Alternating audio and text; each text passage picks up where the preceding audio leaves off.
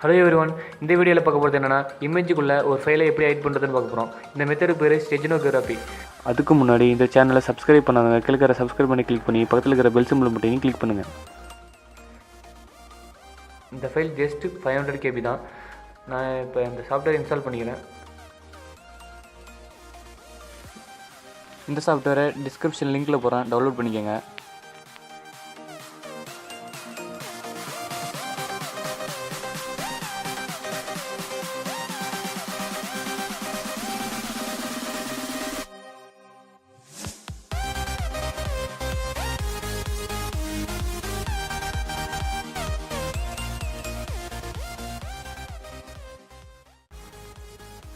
எந்த image file height பண்ணணுமோ அந்த இமேஜை ட்ராக் பண்ணி ஃபஸ்ட் பாக்ஸில் விட்டுருங்க.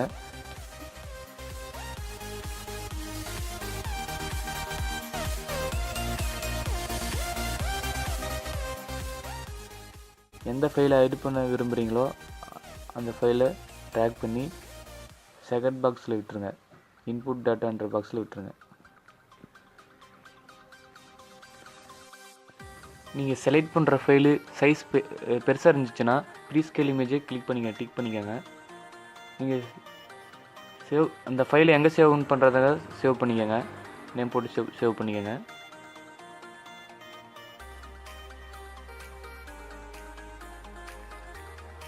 என்கோடு டிக் பண்ணிவிட்டு என்கிரிப்டை டிக் பண்ணிக்கோங்க.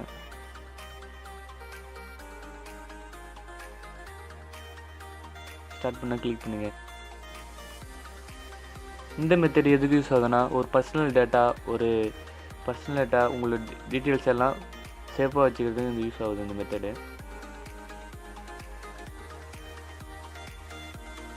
பாஸ்வேர்டு போட்டுக்கோங்க.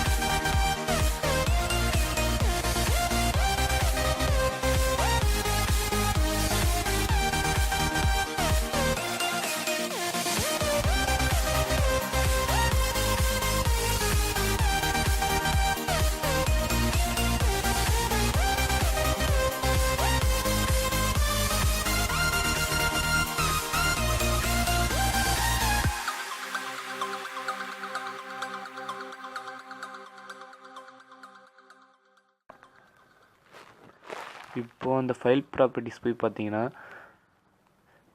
அந்த முன்ன இருந்ததை விட கொஞ்சம் அதிகமாகவே ஃபைல் சைஸ் அதிகமாக இருக்கும்.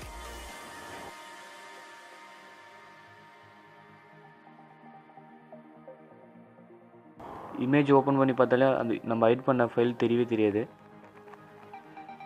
நம்ம ஃபைல் ரொம்ப சேஃபாக இருக்கும். நம்ம ஹைட் பண்ண ஃபைல் சேஃபாக இருக்கும். இப்போது இமேஜ் ஹைட் பண்ண ஃபைலை எப்படி டிகோட் பண்ணுறதுன்னு காமிக்க போகிறேன்.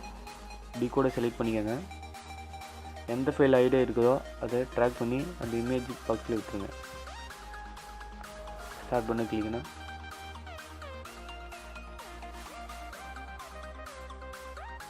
அவுட்புட் ஃபைல் எங்கே சேவ் ஆகுமோ அங்கே சேவ் பண்ணிக்கோங்க.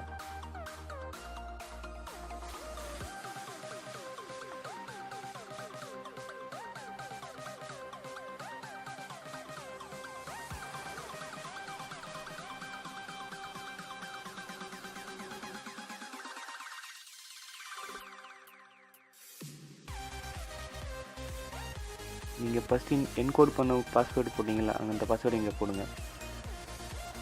நான் ஏற்கனவே உங்கள் ஃபைல் டெஸ்க்டாப்பில் இருக்கிறதுனால ஆல்ரெடி இருக்குன்னு சொல்லுது. நான் ஏற்றாலும் சேவ் பண்ணிக்கிறேன்.